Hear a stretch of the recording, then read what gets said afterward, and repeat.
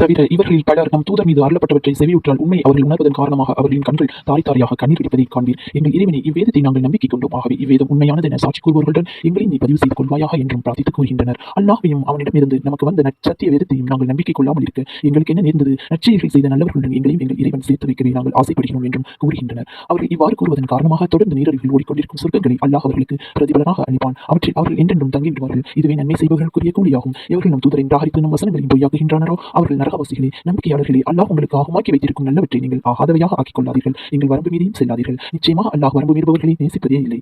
அல்லாஹ் உங்களுக்கு அளித்தவற்றை நீங்கள் புசிக்க அனுமதிக்கப்பட்ட நல்லவற்றையை புசியுங்கள். நீங்கள் நம்பிக்கை கொண்டிருக்கும் அல்லாஹுக்கே பயப்படுங்கள்.